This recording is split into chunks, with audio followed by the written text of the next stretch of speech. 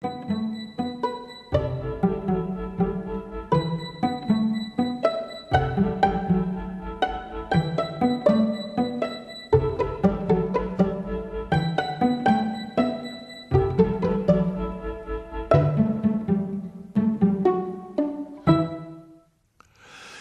l'on me demandait, si l'on cherchait à savoir quelle est la condition, j'allais dire presque l'unique condition pour être disciple du Christ, et si l'on regarde attentivement dans l'Évangile, quelle est l'intuition, et quelle est la question fondamentale qui revient tout le temps dans la pédagogie du Christ par rapport à ses apôtres, par rapport à ceux qui l'entourent, eh bien, il y en a une seule dont on ne peut pas se dispenser, ça va être l'objet de notre parabole que j'intitule « La loi du bonheur ».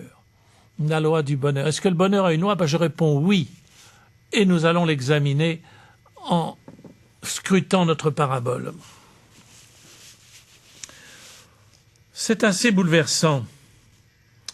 On découvre progressivement dans sa vie que c'est la même condition pour entrer dans le bonheur que pour entrer dans le christianisme. La même condition. L'entrée dans la vie de Jésus suppose et est exactement la même. L'unique qui commande l'entrée dans le bonheur, ça se résume en un mot, accepter d'avoir faim. Faim et soif.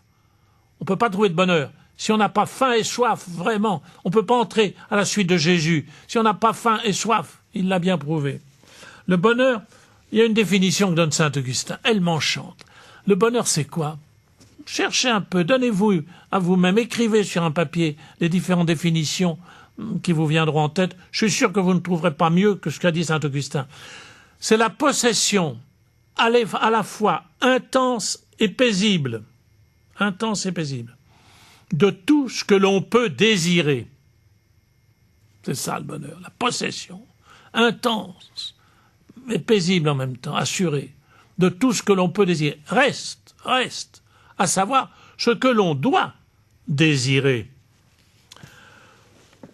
Quelle est notre soif?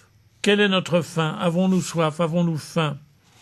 Rien ne résume mieux notre vie que cette question. Dans la Bible, nous avons un moment surprenant. L'un des plus grands prophètes qui ait existé, en pleine désertion, en pleine détresse du peuple hébreu, Dieu vient à lui et dit, c'est Daniel, le prophète Daniel, et Dieu lui dit, je suis venu à toi parce que tu étais un homme de désir.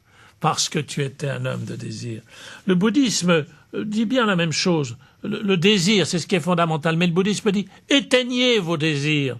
Jésus nous dit pas du tout d'éteindre notre soif. Il dit au contraire, vous qui avez soif, venez à moi.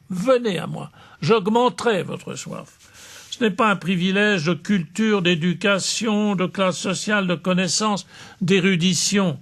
La seule condition, et c'est une immense chance, c'est d'avoir faim et soif. Le Christ ne nous annonce pas du tout que tout ira bien, tout sera apaisé, que les choses vont s'arranger, etc. Il ne le dit jamais, ça. Il n'annonce jamais à ses apôtres qu'ils vont pouvoir aller dormir tranquillement. Non, il nous annonce simplement que nous serons davantage pauvres, bienheureux les pauvres, que nous aurons encore soif et faim davantage. Il se présente comme le médecin de toutes les faims et de tous les soifs. Et comment le fait-il? En nous donnant une faim et une soif encore plus grandes, encore plus pointues, encore plus creusées, encore plus désireuses.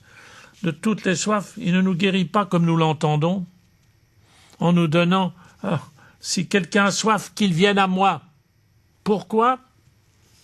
Pour avoir encore plus soif.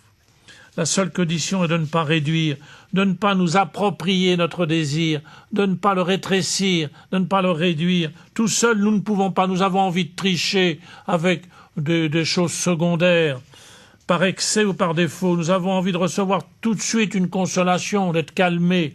Ou bien nous exagérons notre désir et il nous ravage. Regardez, quand quelqu'un d'amoureux se voit quitté, abandonné, tout d'un coup il est ravagé de l'intérieur. les plus proches ne comprennent pas quand quelqu'un dit « Aie pitié de moi, Seigneur Jésus, aie pitié de moi ». Il exprime son désir et sa soif. Les apôtres veulent l'écarter. On ne veut pas ennuyer Jésus avec ça. Au contraire. Il ne s'agit pas d'éloigner la bande des affamés, mais au contraire, les inviter au banquet. Vous voudrez bien venir, mais ils disent à Jésus, laisse-nous finir nos affaires. Nous avons un champ à maîtriser, j'ai le notaire à visiter, j'ai quelqu'un qui m'attend pour mes affaires, etc.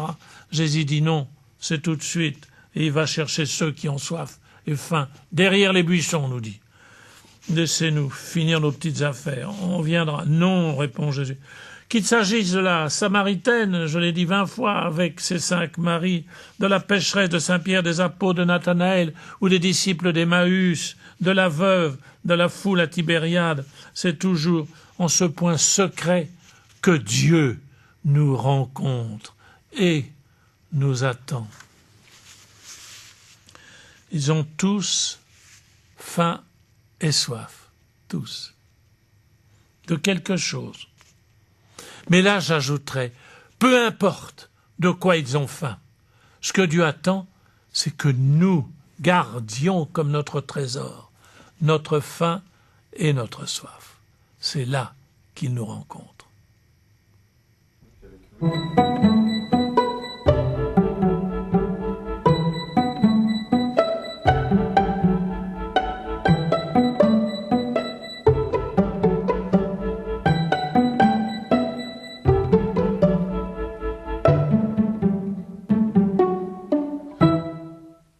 Que sait-on